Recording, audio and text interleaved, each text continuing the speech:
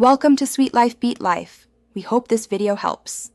You start by assembling 3-5 clear reference photos. Choose angles and lighting that together reveal form. Once done, inspect resolution and crop to areas you'll draw, making sure fine details remain readable. Measure major proportions using on-screen grids or a quick sighting tool, because accurate relationships beat perfect detail. Begin a light thumbnail sketch directly from your strongest reference to lock composition, scale, and focal point before committing to refined lines. Now translate what you see into deliberate marks. Block in 3 to 5 tonal zones to establish depth quickly. Use proportional tools, sighting, a quick grid, or measuring with a pencil, so you keep scale consistent across elements.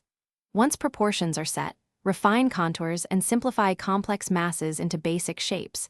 This reduces error and speeds up rendering. Make iterative value checks by squinting or desaturating the reference. That helps distinguish subtle midtones from true highlights. Finish by layering details selectively, tighten edges where you want focus and soften others to suggest depth. For color work, sample hues from the reference and then tweak them for the scene's ambient light so the painting feels cohesive rather than copied. If something looks off, pause and compare the silhouette and value map to the reference. Fix scale or global value errors before polishing textures. One key tip: if proportions fail, revert to the thumbnail and correct big shapes first, then rebuild details. Thanks for watching.